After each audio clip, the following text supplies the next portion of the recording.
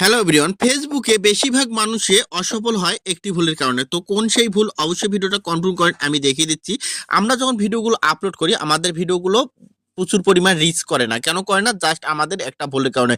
কোন ভুল? কারণ আমাদের পেজের যে এখান থেকে একটা মেইন যেটা সেটিং, আমরা কিন্তু সেটাই করে রাখি না, সেটা হচ্ছে ইউজার নেম। এখন আপনাদের পেজের ইউজার নেম কিভাবে সেট করবেন, তো আপনারা অবশ্যই ভিডিওটা কনফার্ম করেন, আমি দেখিয়ে দিচ্ছি। তো দেখুন, আমি আমার পেজের মধ্যে আসলাম, আসার পর উপরে 3 ডট অপশন, এখানে চলে যাব। এখানে চলে আসার পর উপরে দেখতে পাচ্ছেন যে সেটিং যে অপশনটা, আপনারা কি করবেন, এখান থেকে সেটিং অপশনে ট্যাপ করে দিবেন। তো আমি সেটিং অপশনে ট্যাপ করে দিলাম। তো সেটিং অপশন ট্যাপ করার সাথে সাথে এখান থেকে দেখুন পেজের যে সেটিং, আমরা এখন চলে যাব স্ক্রল করে একটু নিচে।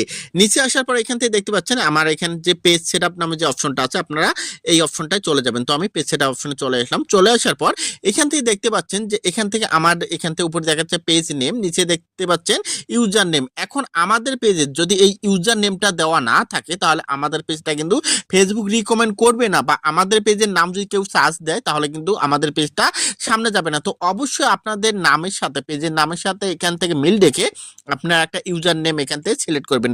ইউজার নেম সিলেক্ট করলে আপনাদের এখান থেকে অনেক সময় হয়তো দেখাচ্ছে আপনি যে ইউজার নেমটা দিচ্ছেন সেটা অন্য কেউ ব্যবহার করেছে, আপনি তার সাথে কিছু সংখ্যা অ্যাড করে দিবেন, তাহলে আপনার ইউজার নেমটা এখান থেকে অ্যাড হয়ে যাবে। আর অ্যাড হয়ে গেলে আপনার ভিডিওগুলো কিন্তু খুব সহজেই এখান থেকে অন্যান্য অডিয়েন্সের সামনে রিচ করাবে, এবং আপনার পেজের ভিডিও যদি কেউ সার্চ দেয় বা আপনার নাম দিয়ে সার্চ দেয়, তাহলে কিন্তু এখান থেকে এই আপনার পেজটা তার সামনে রিকমেন্ড করবে। তো অবশ্যই এখান থেকে এই বিষয়টা সবার জানা প্রয়োজন। আপনি যদি এই বিষয়টা জেনে যদি কাজ করেন, তাহলে 100% আপনার পেজের মধ্যে প্রচুর পরিমাণ ভিউ আনতে পারবেন। ধন্যবাদ সবাইকে।